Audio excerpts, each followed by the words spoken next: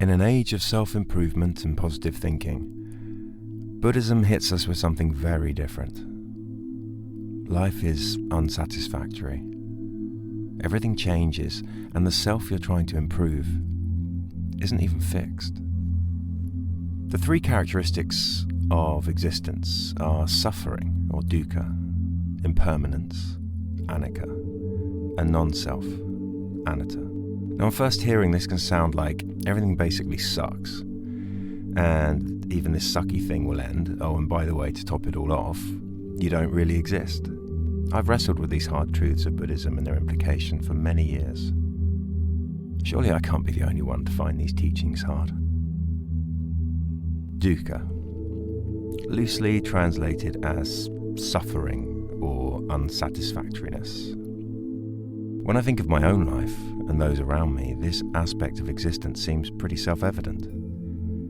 It's not just attachment to stuff, to material things that leads to suffering, but it's people and places and things, it's all of it. To love anything or anyone is to suffer. Now, at first glance, this can seem pretty depressing worldview, but it's not really, because coexisting in Buddhism, along with the recognition of suffering, is the awareness of a path that leads to escape from this suffering, to liberation. It's like going to a doctor who first diagnoses your pain, but also has the cure. From what I've read and learnt in my life, the path is found in spiritual practice. And personally, I'm not convinced it overly matters which one. It's like an ancient path in a forest. No one knows who built the path. It's overgrown and the trees and vines hang low. Sometimes it's hard to see it, but rest assured the path is there, and you know it when you're on it. So how can loving kindness practice inform my understanding of dukkha? If anything, on the face of it, it might seem likely to enhance the suffering. If I develop compassion not just for loved ones, but for all beings, am I not just exposing myself to more pain, to more loss? I think this is why sometimes Buddhism gets a bad rap. It's often misunderstood. Through meditation, people see that attachment can lead to suffering, and so they simply detach from everything, including people. And there's actually science to back this up. Last year, researchers at the State University of New York found that mindfulness can actually amplify selfish tendencies. For people who are already individualistic, meditation makes them even less inclined to help others. Fortunately, spiritual practice is not just one thing in isolation. So the practice of loving kindness that we can use alongside mindfulness is to lean into compassion, to become it so that we can truly be loving, and in so doing, paradoxically, suffer less. I'll come back to this later in the video, but before that we need to understand a little more about one of the root causes of our suffering: impermanence. In a nutshell, this is the idea that all things that arise have an ending. Another self-evident statement, surely, but one that is truly challenging to embody. Impermanence leads to countless griefs, shocks, and heartbreaks. As a species, human beings are very good at creating and maintaining the illusion of permanence. We invent narratives on a global scale: countries, institutions, religions, the material world. And on a personal scale, even our relationships and our autobiography.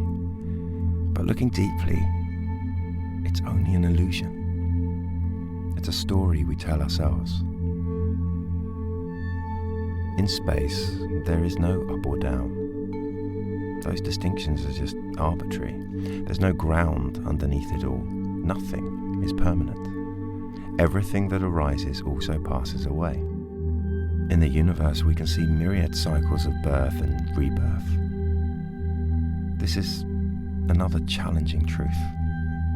So when faced with the challenge, humans will construct mythology and story to feed the illusion that what is now will continue to be, or that at least some part of it continues. But ask yourself honestly, is this your experience? Is anything permanent? Any relationship? Any moment? One breath arises, and almost immediately that moment has passed. Like waves on the ocean existing for the briefest of instants as energy passes through the water. Is our consciousness any different? And in the face of that impermanence, how do we escape falling into nihilism? Again, the answer is by living compassionately. There is meaning in those moments, not in a utilitarian sense, but in each arising moment, we have the opportunity to create our meaning. And what can be more meaningful than connection and compassion for all being? The final characteristic, and possibly the hardest of the three to understand, is the idea of non-self. What if there is no I, me, or mine? Now, this is counterintuitive. After all, it certainly seems like there is a me. I am one person and you are another. But on a physical level, this idea of no self is another self-evident truth.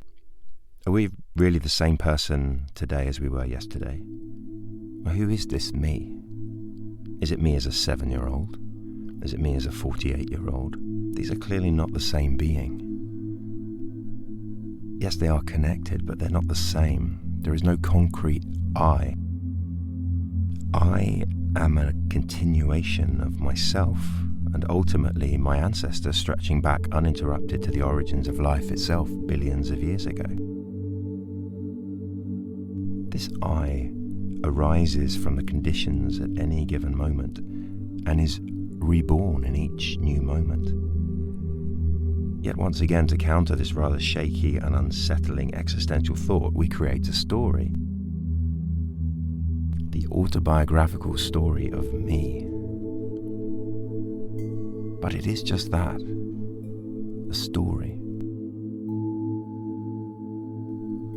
The me that we cling so tightly onto isn't real. Where did your parents end and you begin? And are we truly separate from any other living being?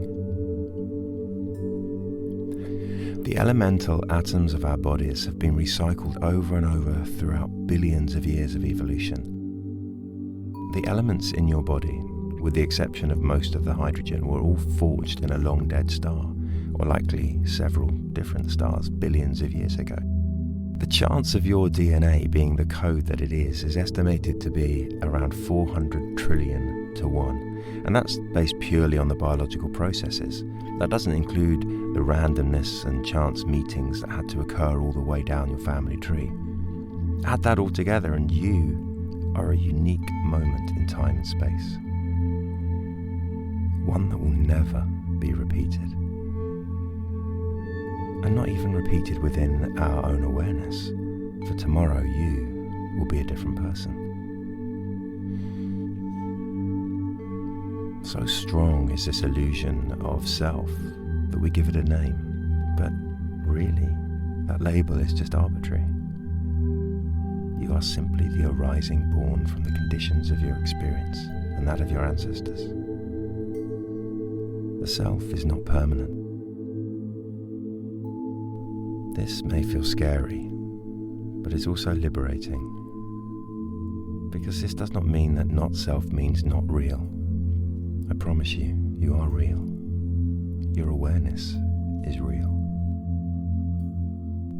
When you notice your awareness and you notice the noticing, then we start to feel the interconnectedness of all things.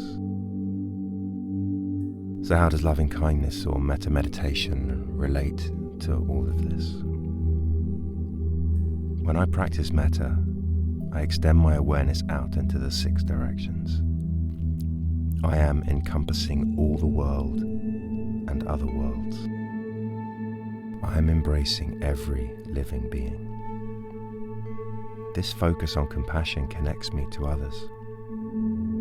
If all we have is this moment, if I am simply awareness arising in this moment, then the only choice any of us really has is to be compassionate. This practice of compassion reduces our suffering and that of those around us, leading to liberation of all beings from the clinging and grasping and attachments that can make life so unbearable at times. So when we face these hard truths of suffering, impermanence and non-self through the lens of loving kindness, we discover they're not reasons to despair, but opportunities to live more compassionately, more fully, and more freely. If this reflection resonated with you, I would love to hear your thoughts in the comments. And if you found value here, then please do give a video a like and subscribe for more. Finally, if you'd like to try a guided loving kindness meditation for yourself, just click here on the screen.